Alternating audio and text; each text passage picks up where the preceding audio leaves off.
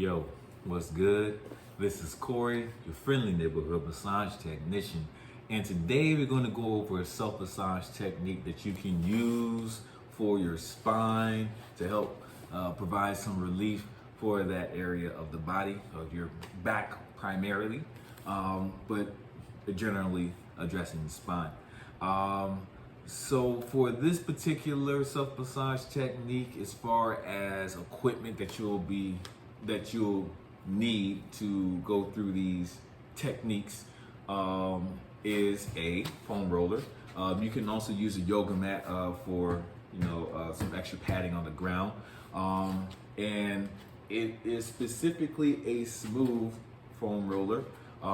There are other foam rollers that have like protrusions and things of that nature to address or hit trigger points and things of that sort. However, for this particular foam rolling session, if you will, because these protrusions could be very discomforting to the spine of the spinal cords, if you will, those like little points of the spine, it's better to use a smooth foam roller and one that's not incredibly dense, so that it's not uncomfortable to roll over your spine with the foam roller. So, smooth foam roller. Of course, you need your body, and if you like, you have a yoga mat on the ground. So, for this particular session or self-massage session we're going through, I'm going to go over some of the nomenclature of the spine, go over some of the functions of the spine, and we're going to go over the technique that we'll be using in some different modifications that you can consider while doing a self-massage technique for your back, primarily your spine, and go over some contraindications, things that you should be aware of or that should be of concern as to whether or not you should or could engage in this type of self-care, right?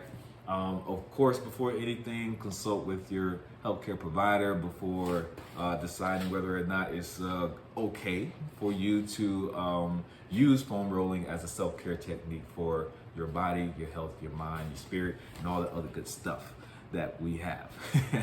So with that, let's go ahead and get started. And I'm going to start with the nomenclature of the spine. So spine, there are individual bones of the spine. The spine is not one long bone, if you would, if you will. It is a group of bones that work in collaboration with each other. There are roughly 33 spinae, individual bones that are connected by muscles and ligaments down the entire length of the spine. There, in some people, especially as you get older into adulthood, that number can decrease down to about 26 spinae, and that's because some of the spinae tend to fuse with each other as you get older. Some of that due to either lack of movement, and some of that due to, just the natural aging of the body.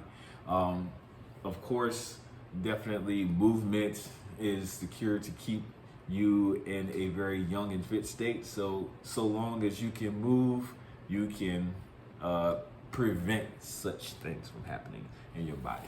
So movement is the key. But anyway, to keep going, there are, is it 5?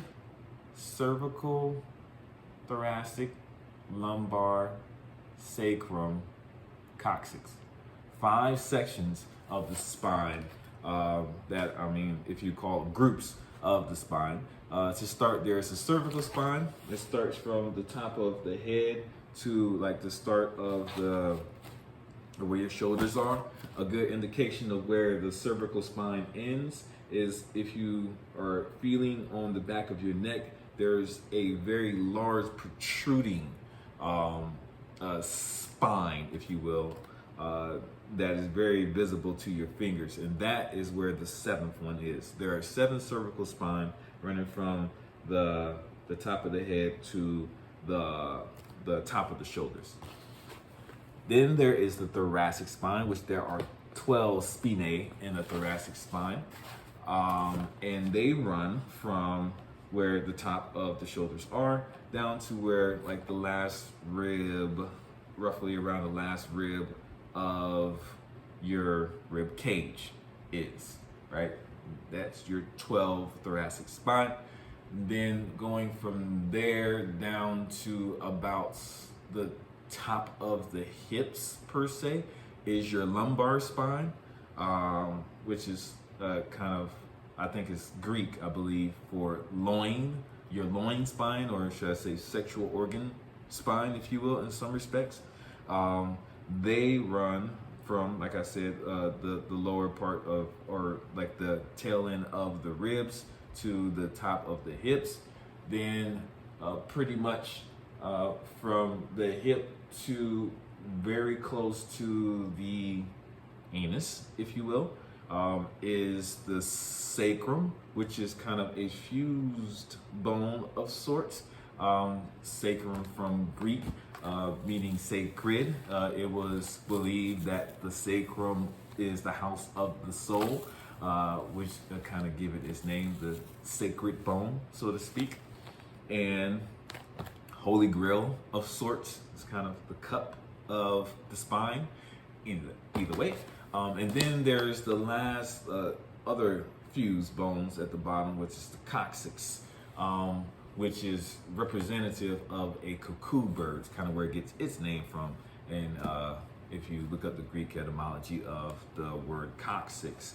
So it's the coccyx. This is the lower part of the lowest part of the spine, which kind of it's at the very tail end of the spine, maybe like the last couple of inches from the anus to like a couple of inches above that, right? And then that's where the sacrum starts, and then you run into the lumbar. In essence, when it comes to the directions of the spine, they have curvatures, right? And the easy way for me to understand is concave, convex, concave, and convex outwards. Easy way for me to look at this is like from a C and D type of thing. C, concave, D, convex. So the cervical spine, or looking from the side, if you will, is a C, concave, and the thoracic spine is a D, convex. The lumbar is a C, concave, and the sacral and the coccyx are more or less kind of, again, fused bones in of themselves, so they don't necessarily have a direction per se. But that thought will come in later on in this tutorial of the video. So just keep that in mind. Operation, or should I say movement of the spine. It's a very short amount of movements that the spine can do. Of course, let me turn to the side again so you can see. And this is more or less movement of the thoracic spine that I'm going to be showing. We have flexion of the spine, which is this flexion of the spine going down. There is extension of the spine, and that will be coming up or going all the way back, like so. Turning here, you have lateral movement, so that is left, if you will, left of body and right. So there's lateral movement of the spine, and then there's rotation of the spine. So it's going all the way around in the circle, pretty much taking all of those movements and combining them into one. So there is rotation, there is lateral, and there is flexion and extension of the spine. Primary functions of the spine. Let me take a look at my notes real quick. Of course, is movement of the trunk of the body. So in essence, the spine helps to move the trunk of your body here. There is definitely helps to stabilize the upper part of the body. Definitely helps with breathing, because again, if you didn't have that spine, it's kind of crushed in. It's kind of hard for you to breathe if there's no structure here to provide space for your lungs to expand and contract. One of the last main functions of the spine is to protect the spinal cord, which is housed in the center of the spinae, going all the way through to the bottom of your spine. And of course, there's nerves that flail out at the bottom. The sciatic nerve is probably one of the most primary nerves that people know about within the body at the bottom, of course. But there are many, pretty much all of the nerves of the body run through the spine and flail out into other areas of the body throughout that.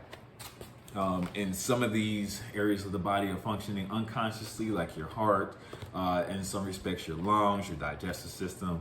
Some of these nerves are consciously moved, like your arms, your fingers, your neck, whatever it is. So in essence, everything that you're doing with your body is due to the protection of the spine, housing these nerves that allows your mind to command the body to do X, Y, Z. So it is very, very, very important that you keep your spine as healthy as possible if you want to keep your movements of your body, all movements, healthy as possible. Yes? All right.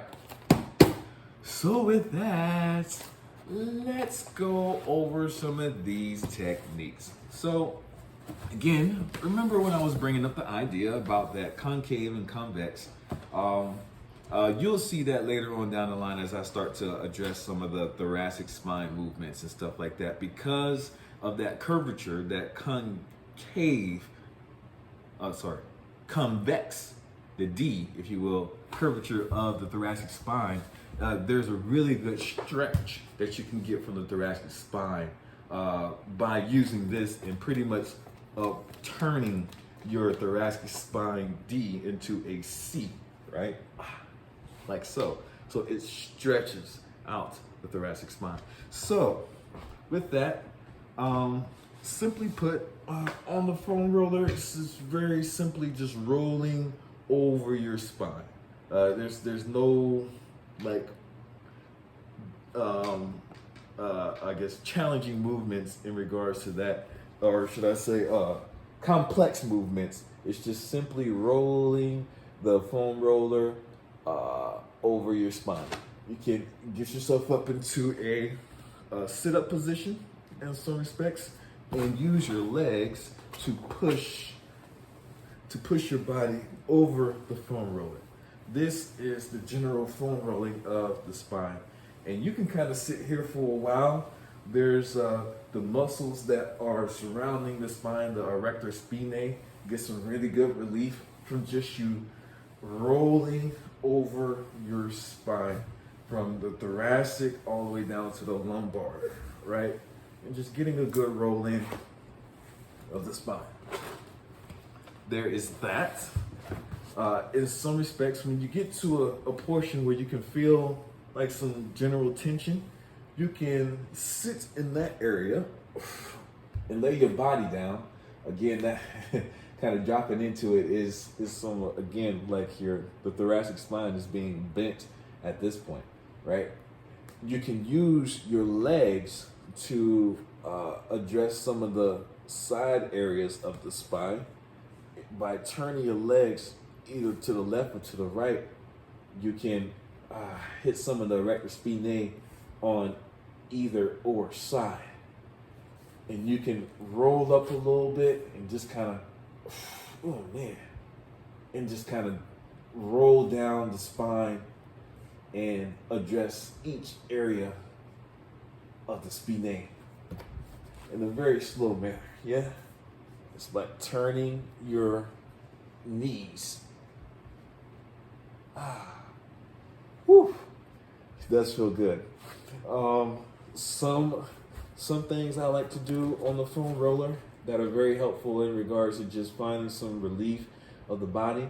I like this one quite a bit. This is what I like to call a like a pelvis suspension, so to speak. So where your lumbar spine is, you set the foam roller right over that area and just allow your pelvis in your trunk. You can splay out your legs and just sit in this position, and it's kind of suspending the pelvis a little bit and kind of giving you that traction, if you will, just to allow it to relax a bit.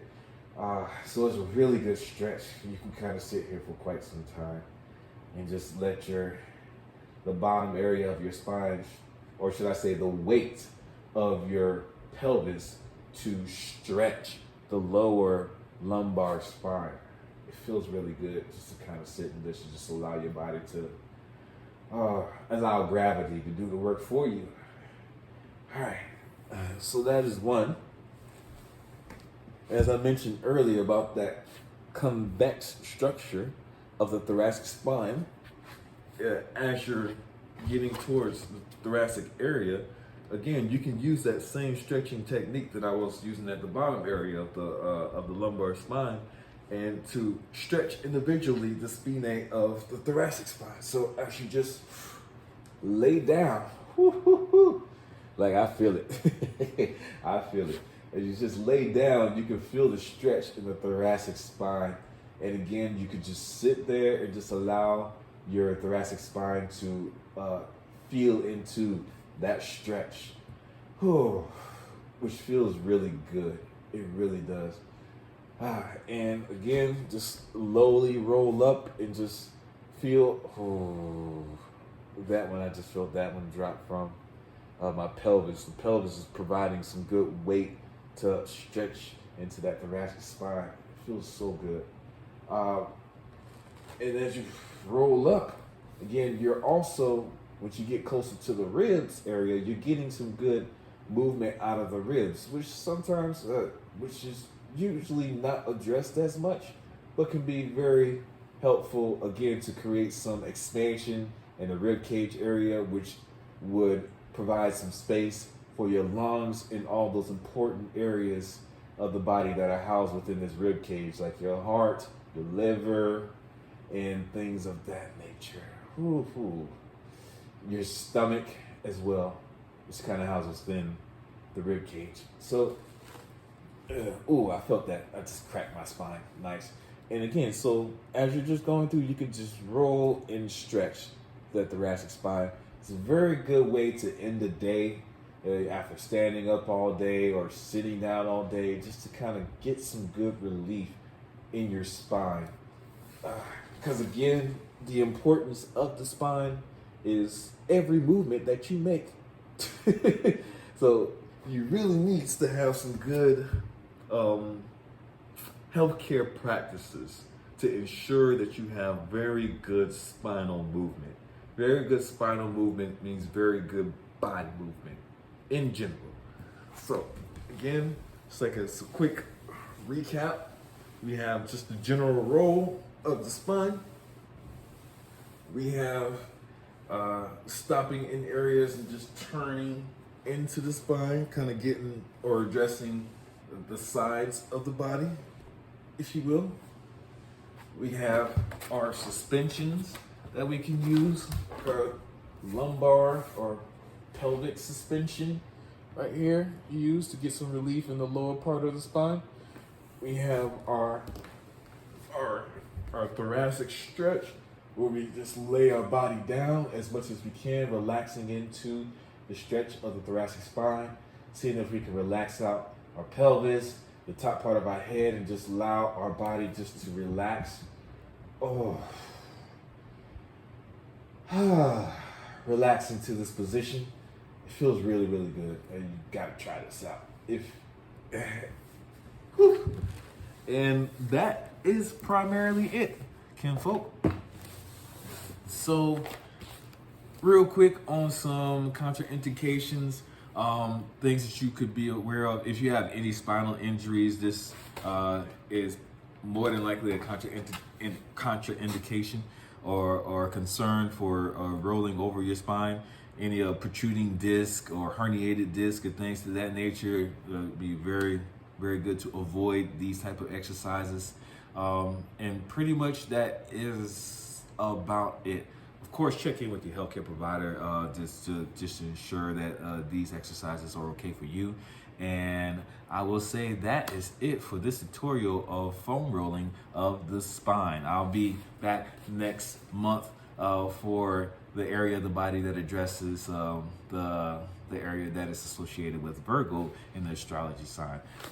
In essence, the spine and the heart are more associated with Leo, and we're running on the new moon, so this is the health technique, or should I say the massage technique for Leo, which is foam rolling the spine.